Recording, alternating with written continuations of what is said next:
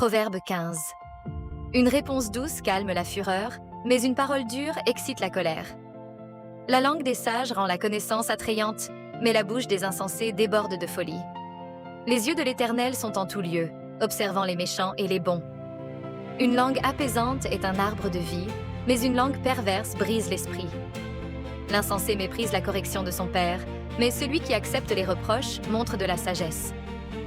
La maison du juste renferme de grands trésors, mais les revenus du méchant apportent la ruine. Les lèvres des sages répandent la connaissance, mais le cœur des insensés n'est pas droit. L'Éternel déteste les sacrifices des méchants, mais la prière des hommes droits lui est agréable.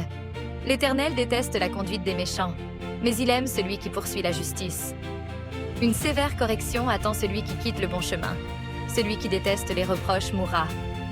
Le séjour des morts et la destruction sont ouverts devant l'Éternel. Combien plus les cœurs humains. Le moqueur déteste qu'on le corrige. Il ne va pas vers les sages. Un cœur joyeux rend le visage serein, mais la tristesse du cœur abat l'esprit.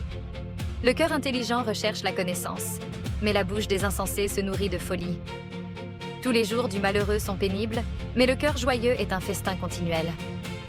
Mieux vaut peu avec la crainte de l'Éternel que de grands trésors avec le trouble. Mieux vaut un plat de légumes avec l'amour qu'un veau gras avec la haine. L'homme colérique provoque les disputes, mais celui qui est patient apaise les querelles. Le chemin du paresseux est comme une haie d'épines, mais le sentier des hommes droits est une route bien dégagée.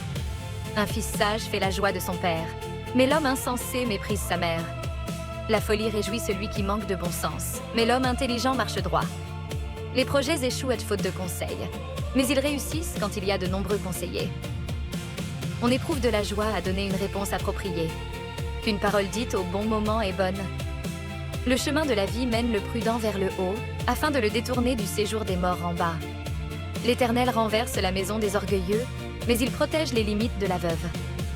L'Éternel déteste les pensées du méchant, mais les paroles bienveillantes sont pures à ses yeux. L'homme avide trouble sa maison, mais celui qui déteste les pots de vin vivra.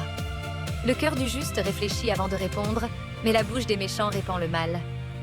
L'Éternel est loin des méchants, mais il écoute la prière des justes. Un regard lumineux réjouit le cœur, et une bonne nouvelle fortifie les os. Celui qui écoute les corrections qui donnent la vie demeurera parmi les sages. Celui qui rejette la discipline se méprise lui-même, mais celui qui écoute les reproches acquiert l'intelligence. L'instruction de la sagesse, c'est la crainte de l'Éternel, et l'humilité précède la gloire.